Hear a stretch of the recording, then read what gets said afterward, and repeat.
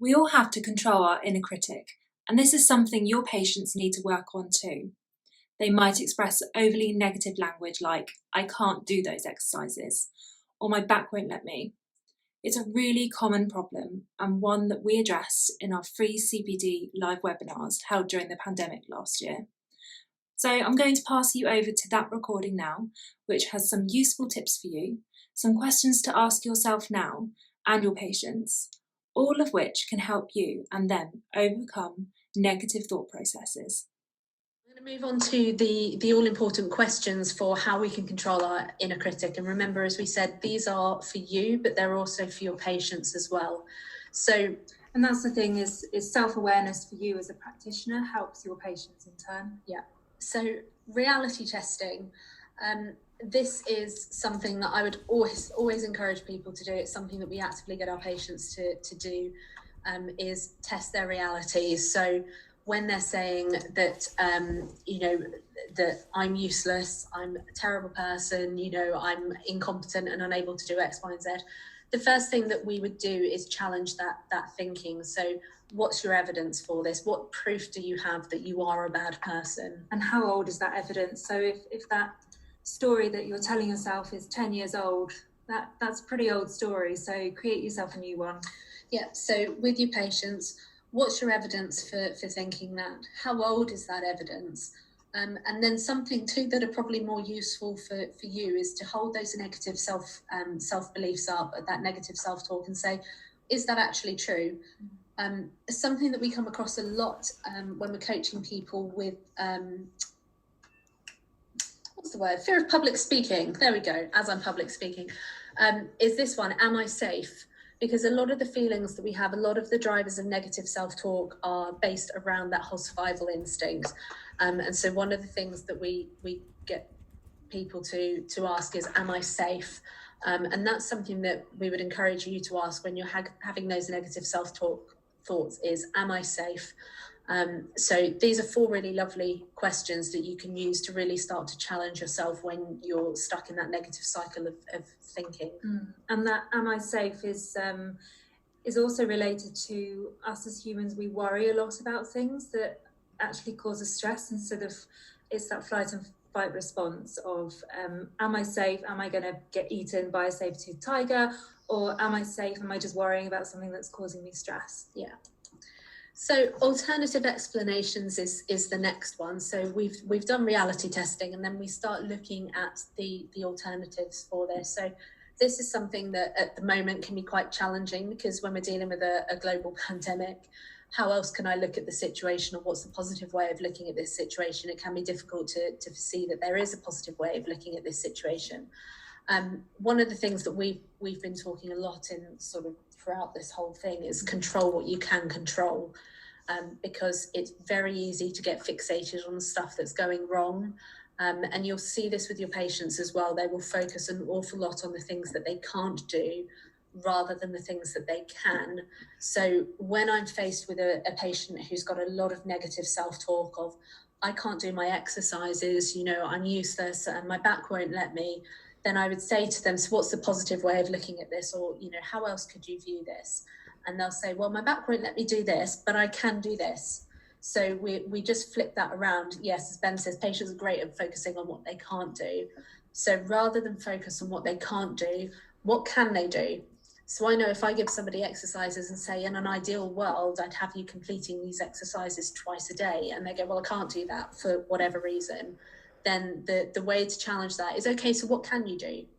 And then when they come back into you that next week, and Rhiannon's heard me doing this with patients, is they will automatically say, I couldn't do this, or I didn't manage to get my exercises done. And so the question there is, what did you manage to do? And if they did them twice that week instead of 5 times that week or whatever, that's fine. That's 2 more than nothing. And obviously reinforcement is important there to encourage people to keep achieving, because it may be one step for them, but you think it's, they could have done so much more. But encouraging them instead of shaming them is better for your patient in the long run. Yeah, Rhiannon's touched on something really interesting there in terms of shaming patients, because sometimes we actually do that. And that has a really big impact on developing rapport with our patients. And it's something we found in a couple of clinics that we've been working with, is that inadvertently shaming patients was driving patients to not return to the clinic. So it was affecting patient retention. So we're going to talk about that as well. I like this comment from Mike. A counsellor once asked me, what can I change by worrying about something? So what's the point in worrying about it? That's exactly it. Worrying about things doesn't do anything other than give you a really crappy day. So there's just no point in worrying about things that we can't control. When we're dealing with a patient who might be stuck in a cycle of guilt or shame or dealing with that negative self-talk, we sometimes have to be the ones to encourage them gently to come out of that and to review the situation and view it in a positive way, because there are always positives. Even with this pandemic, even with what's been going on, there's been some real positives that have come out of the situation. So we could chant on about that for ages though. So just bear in mind as well, in a chiropractic clinic session, a practitioner session, you may be with someone for 10 minutes, 15, 20, half an hour. I mean, we are not expecting you to coach your patients. And just bear in mind that even in my coaching sessions as well with my clients for healthcare and my clients as practitioners, not everything always happens in that session. It happens outside as well when they think about it, when they look through their notes, and that's when change really happens, is outside of that. So don't worry about trying to change them all in 10 minutes time. No, a lot of what we're doing with these questions is just planting the seed. So sometimes you ask questions and you don't get a response, and that's absolutely fine, because again, if they're stuck in a negative feedback loop, if they're panicking a little bit, as we all know, when we're in that panic zone, we don't take in information in the same way. But even by asking them to start thinking about what the positive way of looking at the situation is, we can encourage that thinking afterwards, and that will take place outside of the session. And that's important to bear in mind, because a lot of people say to us, how on earth am I supposed to be able to do all of this in 15 minutes? You don't, but you can ask the questions and the learning can take place afterwards. And it can encourage self-reflection, which is a lot of what coaching is about, is just encouraging self-reflection or raising awareness. Thinking about it a different way as well. Yeah.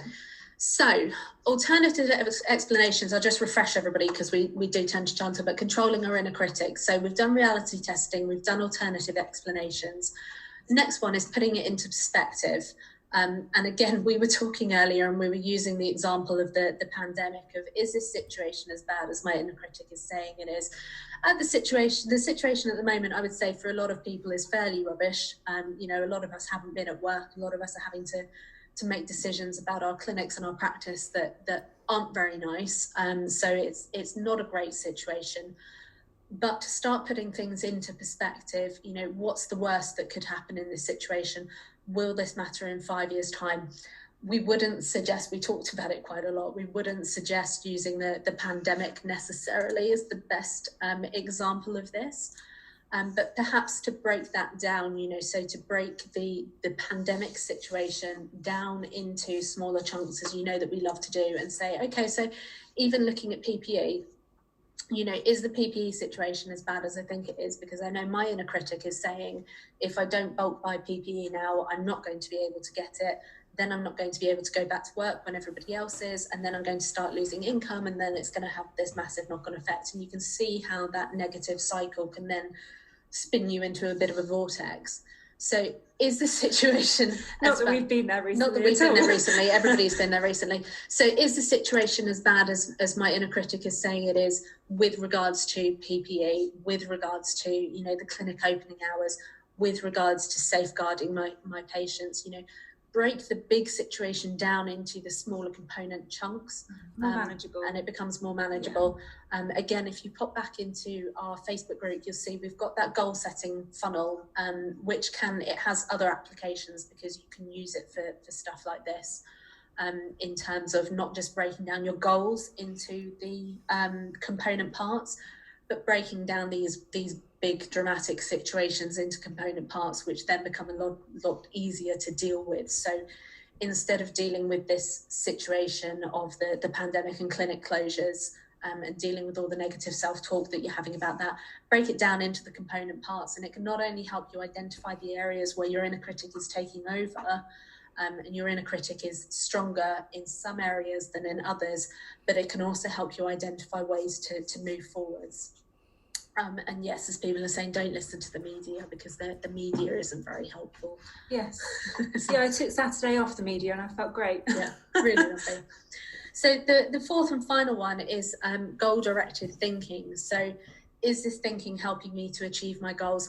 Definitely something to ask yourself, but also something to ask your patients, most definitely. So when we are dealing with negative self-talk, you know, as we've just shown you that negative cycle of how it can spin out. Rhiannon's favourite thing is to say, how is thinking that helping? It's the same as the comment earlier of how is worrying helping you to achieve your goal. And it doesn't. Sometimes we get stuck in that cycle, and so we have to be able to apply these questions ourselves to our own thinking to help overcome the negative thinking that we might have. But we can also use that with our patients. So, you know, if you're dealing with a patient, for example, who says, you know, I want to quit smoking, but I need to keep smoking because it manages my stress, you know, or because, you know, I enjoy it, things like that. We have to start asking them questions like, what would help to solve this problem? What can you learn from this situation? And then instead of them focused on that negative cycle of, you know, this is what I need and this is basically what I have to do, we can start to help them to break that down and to find a solution. So, you know, to use smoking as an example, somebody who says to me, you know, I need to quit smoking, but actually, you know, I enjoy it, or I use it as a stress relief. What would help to solve this problem often for them is saying, well, I need something that I can replace the smoking with, or I then know that he's going to need something to help with coping with his stress at work. So you can see how that starts to open up other areas for us as clinicians where we can identify where patients might need more help and more support. Don't forget to hit the subscribe button to be the first to see the next in our video series. If you're keen to learn more about these communication skills, please visit oakleycoach.com/learn to enrol on our online course.